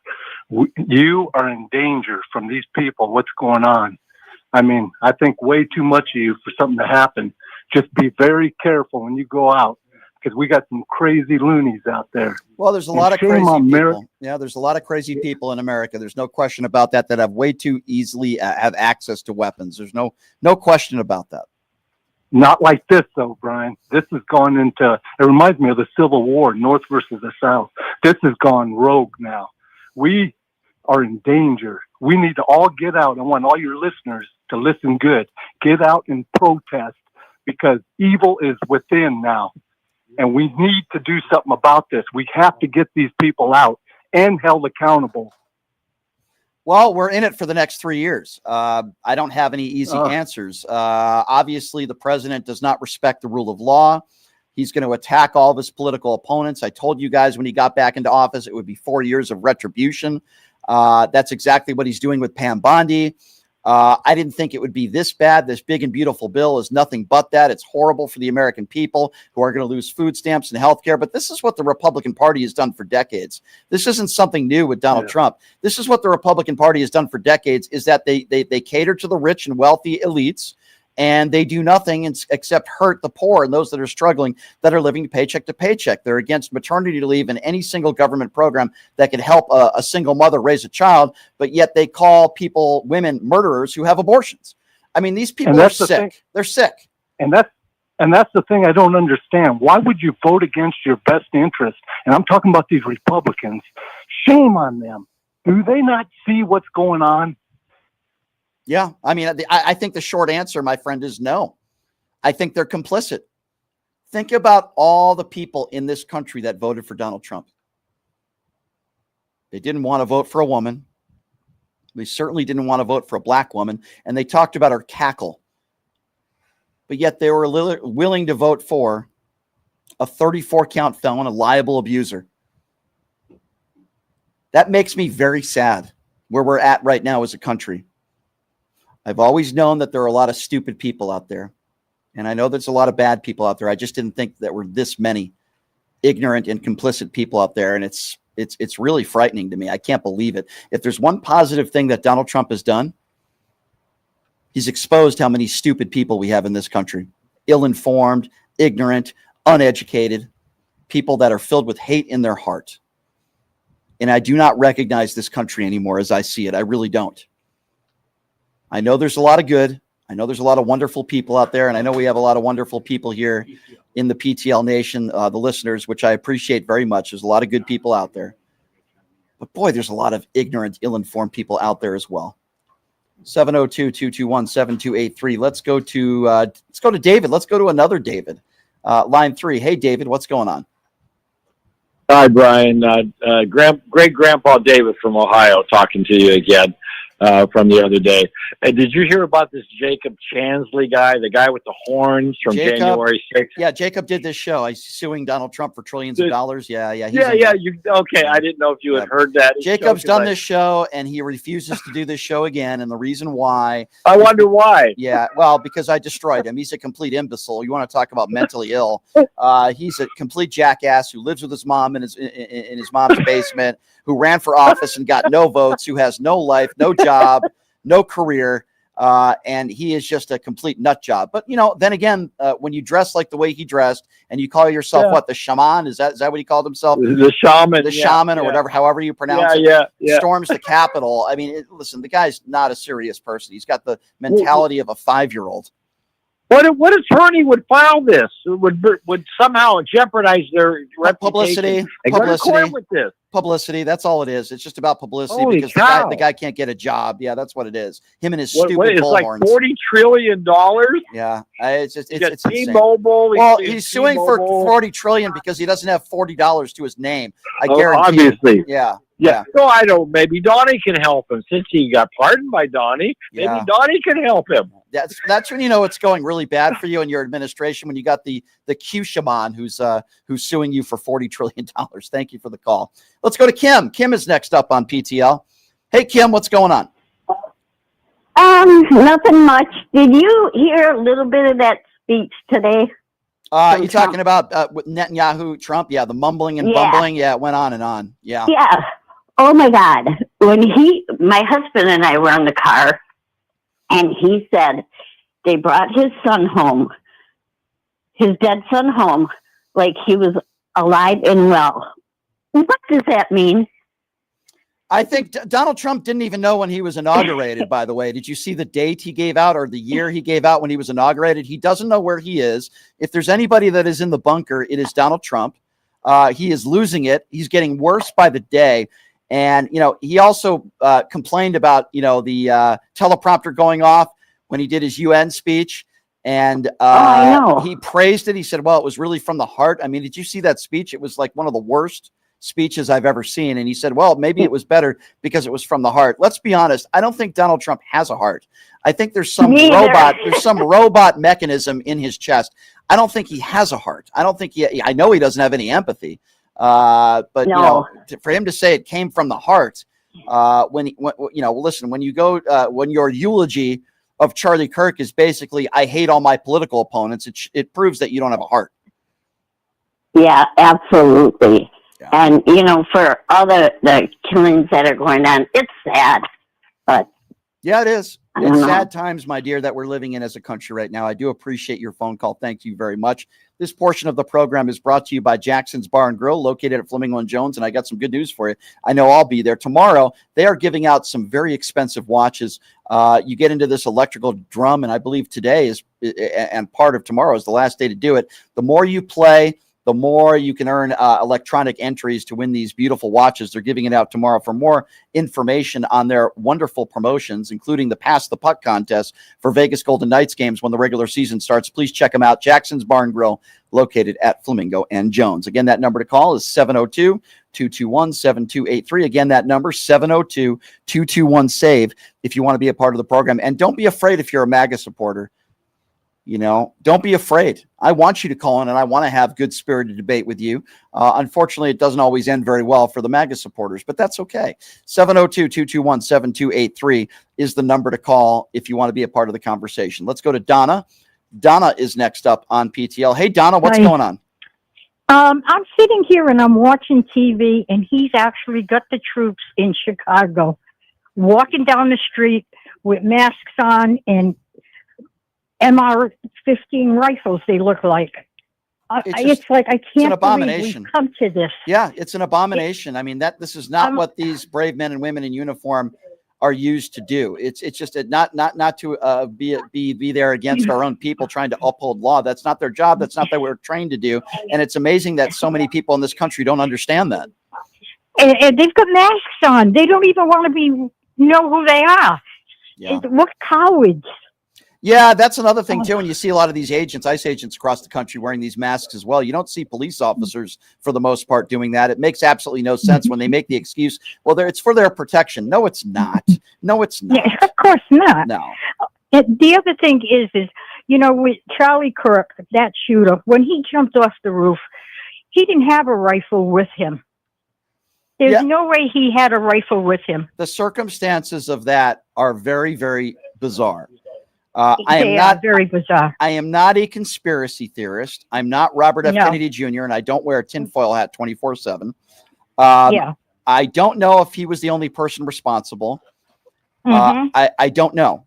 We're going to probably learn a lot more about the case, but I will say this. You're right. As he jumped off of that building, a lot of people that know a lot of things about weapons say to disassemble that weapon would have taken a hell of a lot longer than 30 seconds.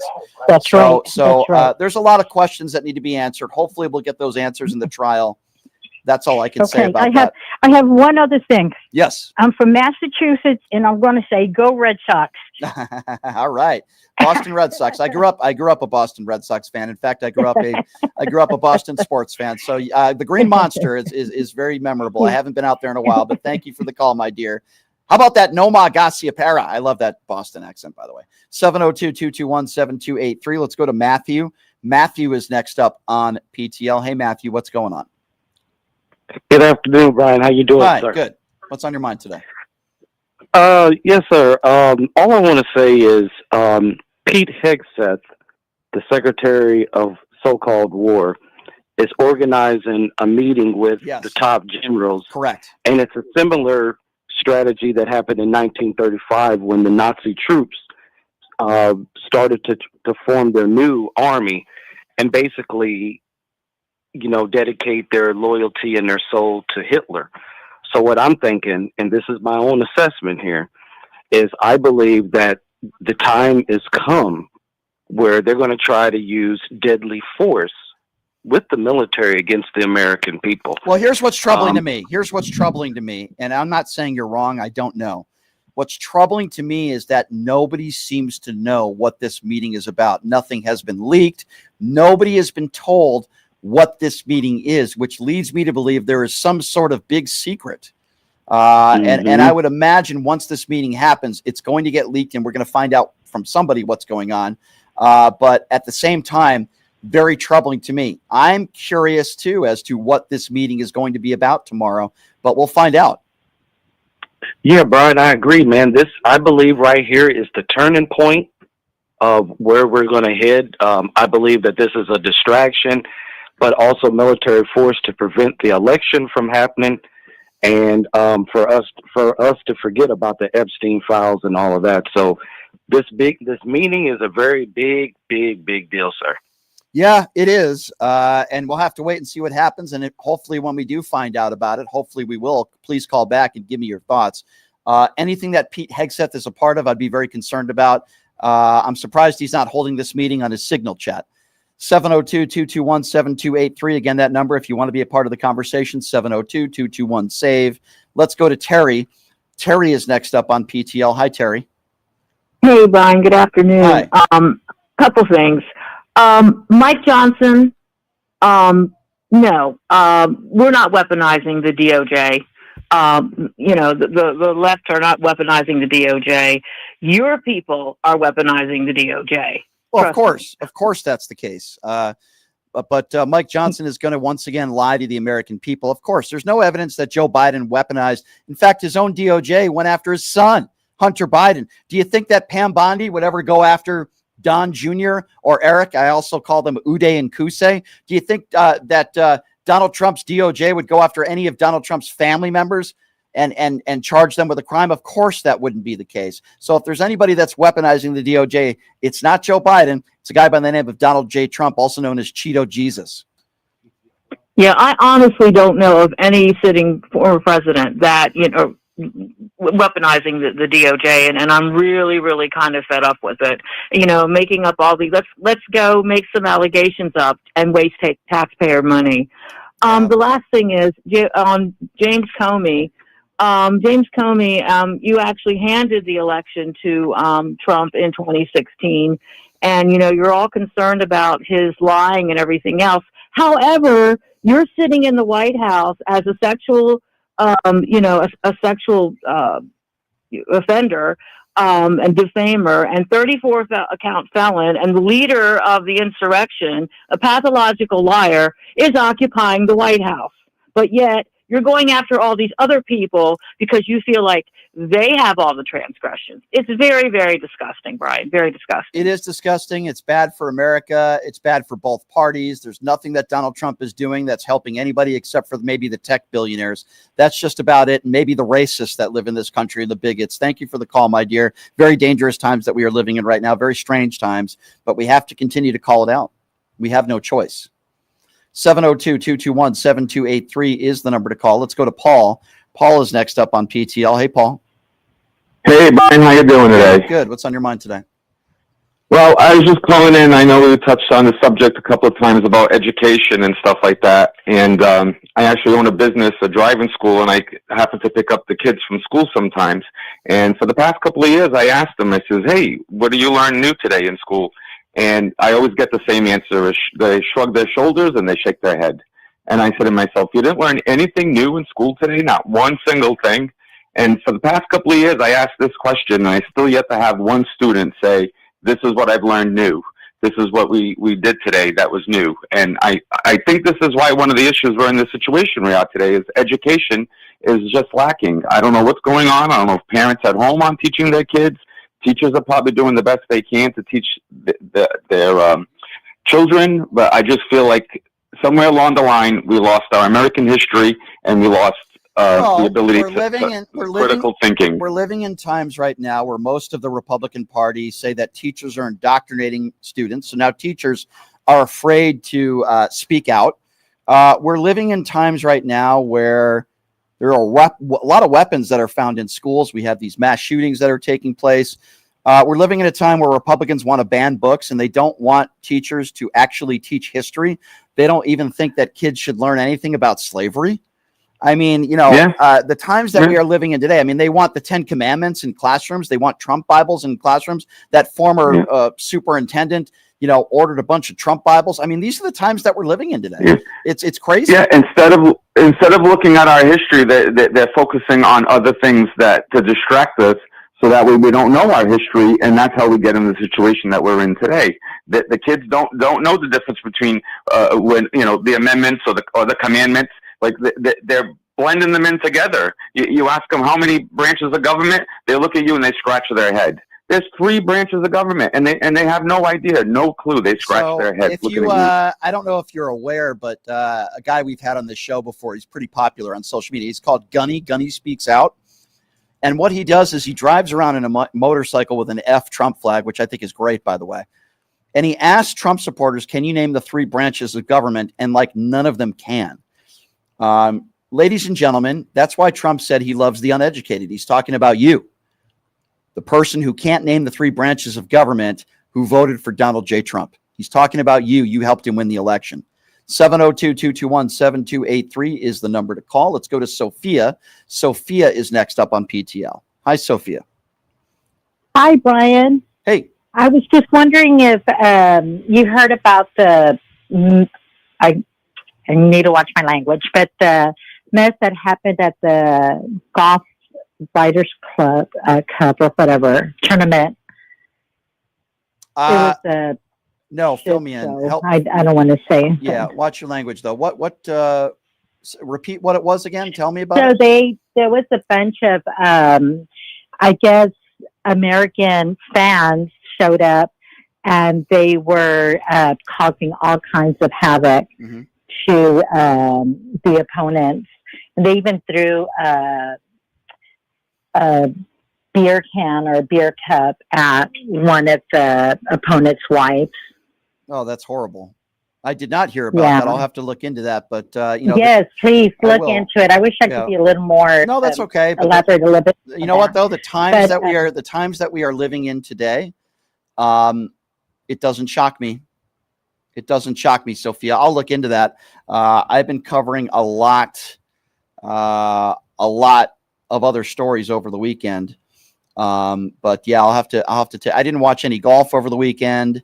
Did a lot of other things, and of course, following the news. 702-221-7283 is the number to call. Let's go to Jeff. Jeff is next. Hi, Jeff. Hey, Brian. Long time no chat. How's it going? It's going great. So I'm up in Portland, just under siege. Oh, so they want they're calling out the National Guard there, right? Yeah. Well, the line at the bagel store is very long. Oh boy. Yeah. The Ryder Cup, Brian. Yeah. I think the European team must have watched Trump's UN speech as a team. The entire event was such a perfect reflection of our society in America today.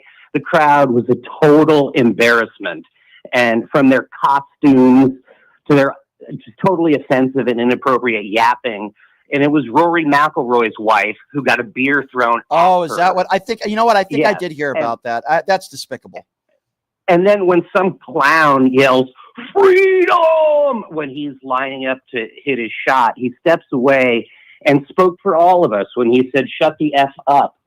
And I will say that Team USA gave an excellent effort coming back yesterday, but Bryson DeChambeau and Justin Thomas have just a little situational awareness, please, because when you're playing to the crowd like the Hulkster and you're losing badly, I mean, it's the Ryder Cup. It's not the Waste Management Open. We are a joke, Brian, So to I'm the going to rest of the speak. world. I'm going to Nobody respects us. I'm going to speak from a not necessarily a sports perspective. Obviously, I could go deep into why the Americans lost the Ryder Cup, and I can go into golf and say that Brooks Koepka should have been on the team.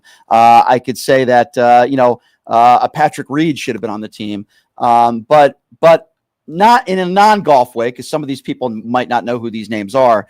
I will say this: that fat slob, who's also called the president of the United States, showing up there was an embarrassment.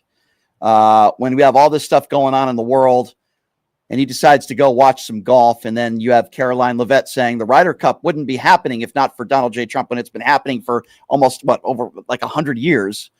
So it got off to a very bad start, and I think that was a distraction. And I would also say this. Golf is an elitist sport. I know, I've been around the game my entire life. And there are a lot of Donald Trumps of the world out there. And I believe Tiger Woods did a great job at bringing people that maybe do not have a lot of money around the game, which I think is great. But then you have a lot of spoiled people and people with a lot of money and a lot of Trump supporters, quite frankly, a lot of Now, I think Bryson DeChambeau is great for golf. Don't get me wrong. I've met him. Seems like a really nice guy. But there's a lot of elitists that are in that golf world. And I find, not in every case, but I find with the Europeans, there's a little bit, at least on the golf course, a little bit more fight with them and a little bit more pride.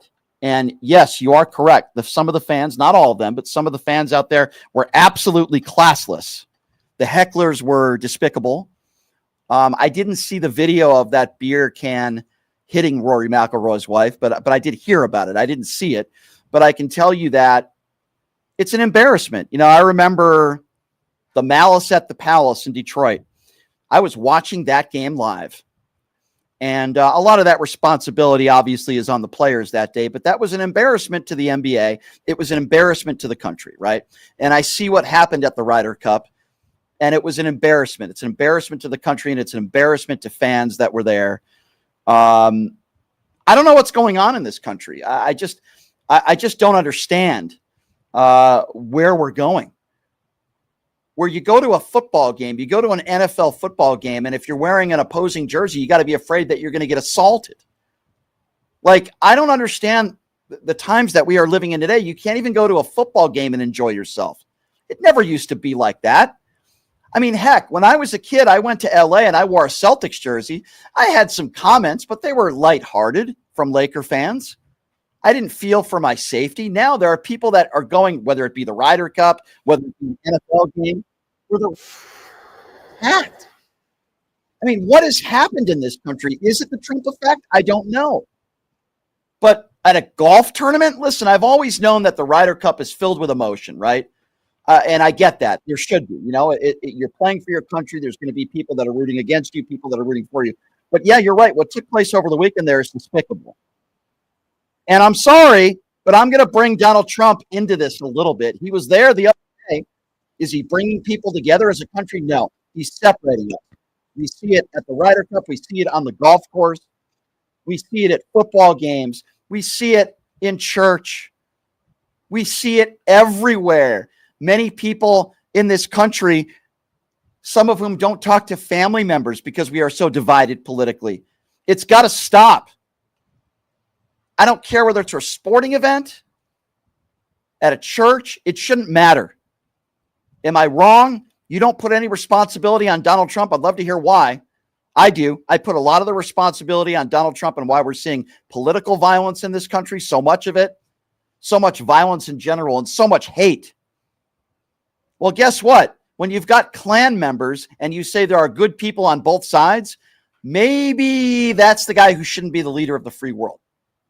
Maybe the guy that's speaking at Charlie Kirk's memorial service when he says he hates all of his political opponents and he hates Democrats, basically, maybe that's not the guy who should be the leader of the free world. I'm just saying, maybe that might have something to do with why there are so many people that are filled with hate and they're so angry and there's so much political violence in this country today. Where are we today as a country? Where are we? 702-221-7283 is the number to call. Let's go to Jason. Jason is next up on PTL. What's up, Jason? First of all, I'm going to tell you right now, the right is no longer a party of life. I don't want to hear them ever say they believe in life because you can't tell me with all these kids shooting. They're happy with people dying, but just not their people. So they're not a party of life at all. Number two, I want to point this out. I would love to love the other side, but MAGA has made it impossible to want to be even around them. And it is in our anthem. United we stand, divided we fall. We're about to fall. We are ununited, and we're about to fall as an entire country because our president has decided he hates half the country. So if we can't be united, divided, we will fall. It says it. And so Trump heard our anthem, our president leader, and decided that we need to be divided. So, but Jason, can I just add something to what you just said? It'd be one thing inappropriate at the water cooler if somebody said, boy, I hate those Democrats. You know, that'd be one thing. But Donald Trump said it at a memorial service when he knew millions of people were watching after Charlie Kirk's wife just did the opposite and said, I'm not going to hate. In fact, she said she forgave the shooter, which I was mesmerized to hear. And then moments later, Trump says he hates half the country. It's unbelievable. Yeah, but the whole point is this. And then I'm telling you, I think he's a pawn for Russia. Because there's no way in the world somebody that's supposed to love this country would do so much damage. I mean, he is doing irreparable damage. I mean, the soul of our country is being destroyed because no matter what, when I was a kid, no matter what happened, I always cared about my fellow Americans. We have Americans that can't stand the other side. I mean, actual hate. And so there's no way we could be a united country ever again. There's too many people that hate us on the other side. And just because we're intelligent and we think and have logic and they have nothing but cult-like figures in there, there's nothing we can do because they're in a cult. You can't talk to somebody that's in a cult. That's true. I try to have discussions with people that are cultist members, Jason. I agree with you, and I appreciate the call. I said this at a Trump rally last November. I said, you didn't see people with malarkey signs on the back of pickup trucks, right? You didn't see people buying Biden Bibles. You know, Donald Trump literally has people buying his trading cards and patches of the suit that he wore. when he was indicted. I mean, this is a cult. 702-221-7283. Let's go to Lauren. Lauren is next up on PTL. Hello, Lauren. Hi, Brian. Hey, Lauren. Hey, I think this separation goes much further back.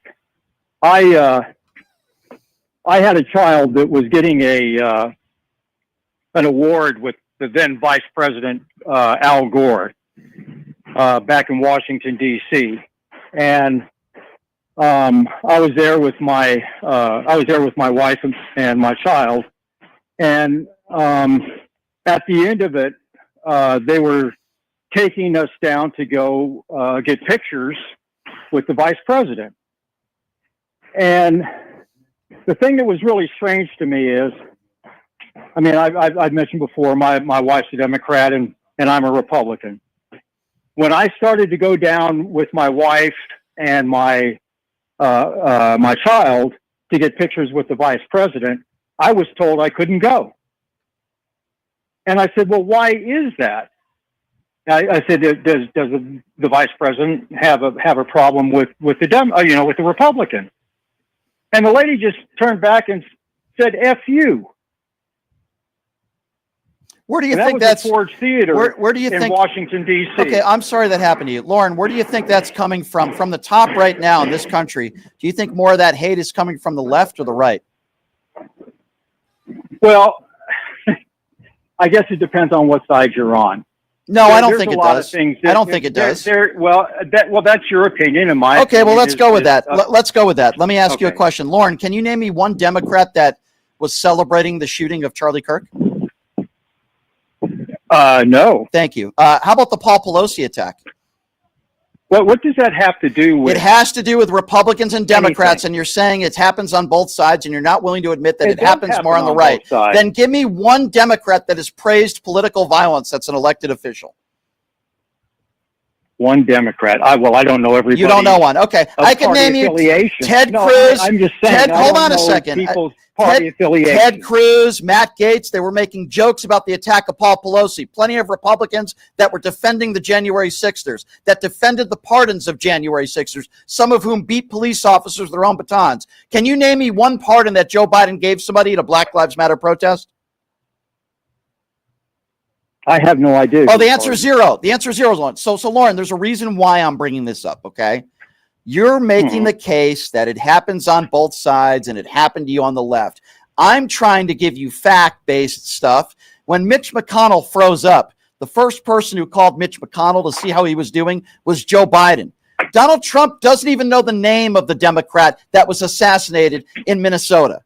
There is a difference between the left and the right. I'm not saying everybody on the left is perfect. I disagree with anybody that was celebrating the death of Charlie Kirk, but there was not one Democrat elected official that did that. And what I'm trying to tell you is when it was announced that Joe Biden had cancer, there were Republicans that were cheering.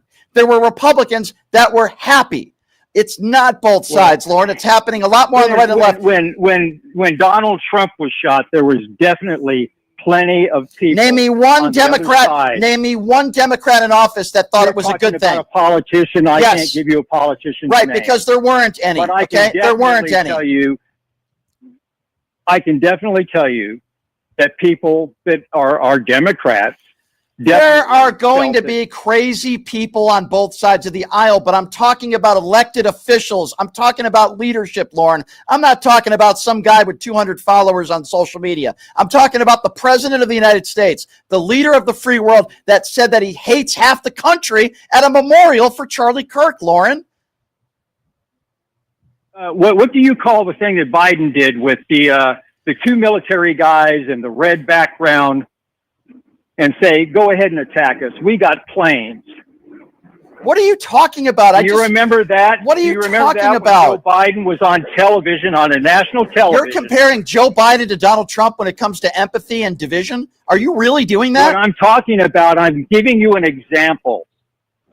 What about what I just said, Lauren? What about what I just said? What? Can you imagine Joe Biden at a funeral or a ceremony trying to remember the life of somebody, saying that he hates half the country?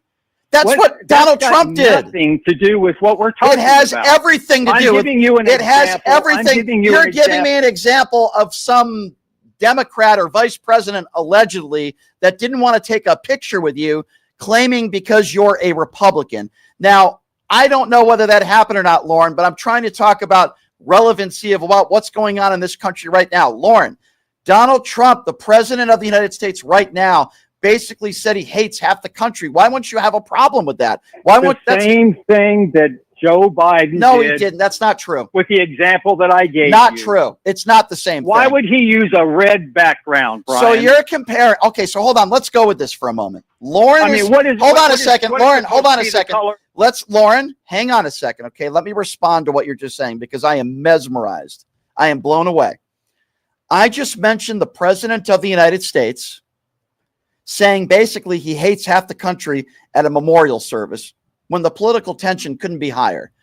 And you're trying to compare that to the color of a background that Joe Biden used when he made some public statements. Lauren, are you kidding me? How can I take you seriously? The color of the background? You think that's an issue? The color? Am I still on, Brian? Yes, you're still on because I'm mesmerized that you're comparing the color. I can't respond to any of your questions because you keep throwing more out I there. mentioned Donald Trump talking about hate, and you didn't respond to that. You brought up Joe Biden and the color of a background. I couldn't respond to So it, respond. Brian. You have been Respond. going on and on Respond. and on. Go. Donald Trump said he hates half the country at a memorial. Go ahead. Respond. And the same thing that Joe Biden And the same did thing with that Joe Biden. You use whataboutism, and you're not willing to call out the It's president not of the United whataboutism. The color of a Brian. background has nothing to do with anything. What the hell are you talking about? said- The red, the You color know, of Brian, a background? all you need to do is research it. Pod this moron down again. The color of a background is the same thing as Donald Trump saying he hates half the country. You are a clown. How can I take you seriously? The color, boy, I better make sure the color of I hope the hockey background is okay with you. Maybe that means I hate half the country. Lauren, what are you talking about? The guy who you support, who you voted for, said he hates half the country at a memorial service, and your only response is, what about Joe Biden? You sound pathetic. How can I take you seriously, Lauren? How can I take you seriously? The color of a background? Why won't you call out Donald Trump for anything? All right, you're absolutely wrong about that, Brian. I've been critical on both sides. You haven't done that in this conversation. I bring up something that the current president does, and you bring up Joe Biden. No, I brought up Al Gore initially. I don't care about Al Gore. I'm talking about the president of the United States right now, the man who you support, who said he hates half the country. Okay. Why are you laughing? Why can't you just say it was wrong? What is wrong with you people? The point is, Brian, it's on both sides. Why? It's No, it's definitely on not. both sides. No, it's not. It is. Name me a president or a Democrat that said he hates. Pot him down again. You're making my producer work. I apologize to my producer and the listeners. You won't answer a question directly. It's always, what about Joe Biden? Can you name me a president who said he hates half the country at a memorial service? Name me one Democrat that's talked like that. Let me guess, you can't do it, Lauren. You can't do it, can you? Silence, complete silence from Lauren. No, he can't do it. Can you name me a president that incited an insurrection? Let me guess, Lauren, you can't do it. Silence is deafening. Lauren, have a nice day. Let me explain something to some of you. Saying you hate half the country is a little different at a memorial service than choosing red for a background. By the way, Joe Biden, I'm sure, didn't even choose that background. The color of a background to you is just as bad as the current president of the United States, the leader of the free world, saying he hates half the country at a memorial service. Oh my gosh, these MAGA Republicans, they're just impossible. 702-221-7283. Let's go to Vito. Vito's next on PTL. Hello, Vito. Hey, Brian, doing a good job. Can you hear me? Yes, sir. Go right ahead. So, I don't know how you deal with these imbeciles, but you know the Kevin O'Leary conversation you had the other day with Piers Morgan? Yes. So he just wanted to, skate over that, but he's probably in the files as well. That's why he didn't want to do it. Let me be honest with you. Alan Dershowitz, maybe Bill Clinton, I don't know. There's a lot of people that don't want these files out there. Guess what? I don't care if they're Democrats and Republicans in there. I want the files to be released. And, yeah, I'm with you. And the excuse I hear is, why didn't Joe Biden release the files? That's not an excuse. Right now, I want the files to be released. And there's a reason why Donald Trump doesn't want the files to be released, because he's in them. That's why. Yeah, listen, I agree with you, but let me piggyback to that. I never believed that Trump got his ear shot, and this Charlie Kirk thing, to me, was all just set up just to distract from the actual Epstein files. Well, I don't know. How come we don't talk about that? Well, because there's no evidence to prove that somehow Charlie Kirk was murdered because Donald Trump doesn't want to talk. We know Donald Trump doesn't want to talk about the Epstein files. I don't think that happened, and this 22-year-old did this at the hands or the attention of Donald Trump or members of his administration as a distraction. I truly do not believe that. Well, I don't believe that kid shot him either. How about that? Well, listen, that's why we have a court of law. That's why this 22-year-old will have a trial and the right to defend himself, and we'll see where the chips fall where they may. Do you think that Trump's ear was shot? I believe that was probably some sort of glass fragment. I do think there are some weird things that happened, but what we do know is that 2 people lost their lives, the shooter and an innocent man there that was in the crowd. We know a third individual was shot. I do think there were some weird circumstances around that shooting. Sure. But I do think it was a little weird that Donald Trump, played golf the next day. I do think it's a little weird that his ear completely healed up the next day. There were a lot of strange things that happened. No question about it. And we're allowed to ask questions, but I don't believe that Charlie Kirk was assassinated, because Donald Trump doesn't want you guys talking about the Epstein files. I don't believe that. No, I don't believe that. I do. But listen. Well, you have the right to believe that if you want to. I just would respectfully disagree with you. No, I appreciate you doing this and what you're doing, but I don't know how you deal with these people who are ignorant. Most of these people can't name the 3 branches of government. They get on, they don't know the Bible, and most of these people are Christian nationalists. Would you agree with that? Yes, I would agree with that, and I think they all follow the leader of Stephen Miller, so I do agree with you. Let's go to Peter. Peter's next on PTL. What's up, Peter?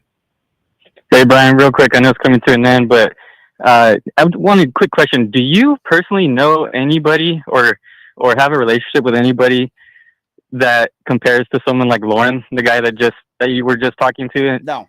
No. On purpose, or like have you eliminated them from your life? You're asking me if I have friends that have that talk like Lauren. The answer would be no. Because you've gotten rid of them, or just naturally you don't have friends or anybody like that? I just don't choose to hang out with ignorant people. Yeah. And when you start comparing the color of a background at a press conference to Donald Trump saying he hates half the country, then that's usually the end of whatever friendship I have with you. Very true. Very true. I can't talk to people like that. It just, listen, I'll talk to them on this show for entertainment value for you guys, but in my personal life, no, I can't do it. They're welcome. Listen, I'm sure Lauren's a really nice guy. But making that sort of comparison, just, it really makes you look really stupid. I really don't know what else to say. I think it was very nice of you to give him that kind of benefit of the doubt. Well, I mean, I try to give people the benefit of the doubt. I think Lauren's called into this show before, but he certainly raises my blood pressure. I appreciate the call, my friend. Thank you so much. Let's go to CJ. CJ's next up on PTL. What's up, CJ? Hey, a couple of things. We talk about what should have been the first sign about the current president, that he was that should have been the end of it, like the grab him by the tape and things like that, and when he was mocking the disabled reporter way back when. I remember that. Yep. Yeah, there's something much earlier than that that should have been the red flag that says, this guy does not be anywhere near power. And that was the Charlie Rose interview in 1992. Mm-hmm. Have you seen that? I have. Yep. Charlie Rose is great at what he did. Yeah. In particular, yep. where codename Krasnov, as I call him, was saying that he loves getting even with people and demands loyalty to himself, not the Constitution. Well, that's which I believe he's doing right now. Yep, I remember when he said that, and you're absolutely right. I'm short of time, my friend. I appreciate the call. I remember that interview he did with Rose, and you're right. It was in the early '90s, and he is a man who is very vindictive. He has the mentality of an 8-year-old when it comes to trying to get back at people, and unfortunately, Cheeto Jesus is the leader of the free world. I told you guys this would be 4 years of retribution, and that is exactly what we're seeing right now. All right, so couple quick programming notes. I apologize for the people that were waiting on hold. Please call back again tomorrow, and you'll be first up in line. This is an independently owned radio show. So because it's an independently owned radio show, we rely on good people like you to help do what we do here. So please check out my website. You also, on the YouTube page, will see a link that goes directly to my website, which is pushingthelimits.live. So if you go to pushingthelimits.live, we do sell merchandise on there. Shirts, hats, beanies, you name it, PTL gear. But we also accept donations, monthly donations, whatever it be. $5 a month, $10 a month, $20 a month. You go to pushingthelimits.live, and that's where you can help donate and support what we do here. A programming note for you on Wednesday, the awesome Adam Mockler, a personal friend of mine. Adam does a great job, not just for Midas Touch, but on CNN.